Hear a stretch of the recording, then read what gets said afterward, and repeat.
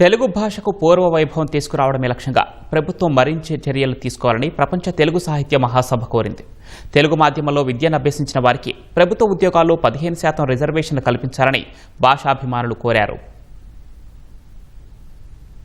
రాజమహేంద్రవరంలో 7వ తెలుగు సాహిత్య మహాసభలు తొలి రోజు ఘనంగా జరిగాయి. శ్రీశ్రీ కళావేదిక, చైతన్య సాహిత్య సారస్వత పరిషత్ ఆధ్వర్యంలో గోదావరి గ్లోబల్ యూనివర్సిటీలో జరిగిన కార్యక్రమంలో 2000 మందికి పైగా కవులు, రచయితలు, కళాకారులు, సాహితీవేత్తలు, భాషాభిమానులు పాల్గొన్నారు. జీజీయూ ఛాన్సలర్ కేవీవీ సత్యనారాయణరాజు ముఖ్య అతిథిగా హాజరయ్యారు. శ్రీశ్రీ కళావేదిక అంతర్జాతీయ చైర్మన్ కవి కత్తిమండ ప్రతాప్ కుమార్ అధ్యక్షతన ఈ కార్యక్రమం జరిగింది. తెలుగు భాషా సాహిత్య వైభవాన్ని ప్రపంచానికి చాటి చెప్పడమే లక్ష్యంగా కార్యక్రమాలను నిర్వహించారు. చిన్నారులు ప్రదర్శించిన కూచిపూడి, భరతనాట్యం అందరినీ అలరించింది.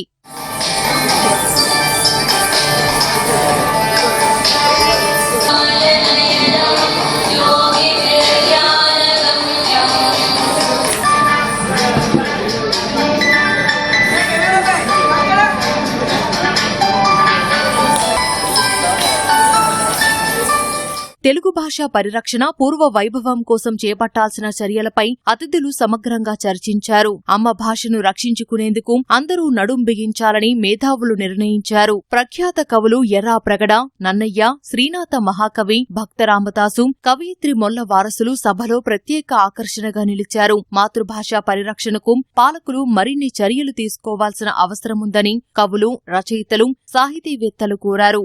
భాష మీద అభిమానం ఉన్న మనకి అధిపతులు, వేళ రాష్ట్ర నేతలు మనకి లభించడం కారణంగా మనకి తెలుగు భాషకి చక్కటి స్థానం లభిస్తోంది, ప్రగతిగా లభిస్తోంది. దానికి అభివృద్ధి చెందడానికి గొప్ప ప్రాతిపదిక, ఒక ప్రణాళిక ఏర్పడుతూ ఉన్నాయని నేను భావన చేస్తూ ఉన్నాను. ఈ తెలుగు భాషకి వైభవంగా మళ్ళీ వినూత్నంగా తెలుగు వెలుగై వెలుగుతుంది. ఇది నిజం, ముమ్మాటికి నిజం. ఆ భాషను ఆదరించాలి, పోషించాలి, మాట్లాడించాలి, గౌరవించాలి. ఇది మాధ్యమాలు, ప్రభుత్వాలు చేయాల్సినటువంటి బాధ్యత.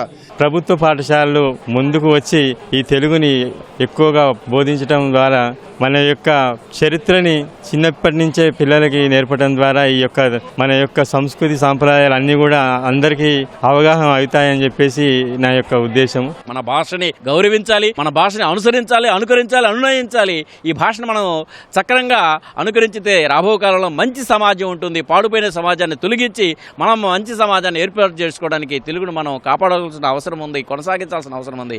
1 నుంచి డిగ్రీ వరకు తెలుగు మాధ్యమంలో చదివిన వారికి ప్రభుత్వ ఉద్యోగాల్లో 15% రిజర్వేషన్ కల్పించాలని సమావేశంలో తీర్మానించనున్నట్లు నిర్వాహకులు తెలిపారు. పాఠశాల నుంచి కళాశాల స్థాయి వరకు తెలుగును ఖచ్చితంగా సబ్జెక్టుగా అమలు చేయాలని ప్రభుత్వాన్ని కోరాలని నిర్ణయించారు. ప్రతి ఒక్కరి ఇంట్లోని కూడా మన అమ్మ భాష అనేటువంటి మాతృభాషను ఖచ్చితంగా వారు ఇప్పుడున్నాయండి పత్రికలు, సినిమా రంగం, టీవీ, అలాగే ఈరోజు సోషల్ మీడియా అంతా కూడా ఇవన్నీ కూడా చాలా విద్యా సంస్థలతో పాటు తల్లి దగ్గర నుంచి ప్రారంభించి ఉపాధ్యాయుడి దగ్గర నుంచి కూడా ఇవన్నీ కూడా కింద వరకు వెళ్తున్నాయి అన్నమాట. సో దీనిని ఇంకా బలీయంగా చేసేటువంటి ప్రయత్నం అంతే. 64 కళలను కూడా ఇక్కడ ప్రదర్శించాలనే ఉద్దేశంతో కవులు, కళాకారుల యొక్క సాహితీ సాంస్కృతిక పట్టాభిషేకం పేరిట ఈ సభలను అత్యంత వైభవంగా నిర్వహిస్తున్నాము.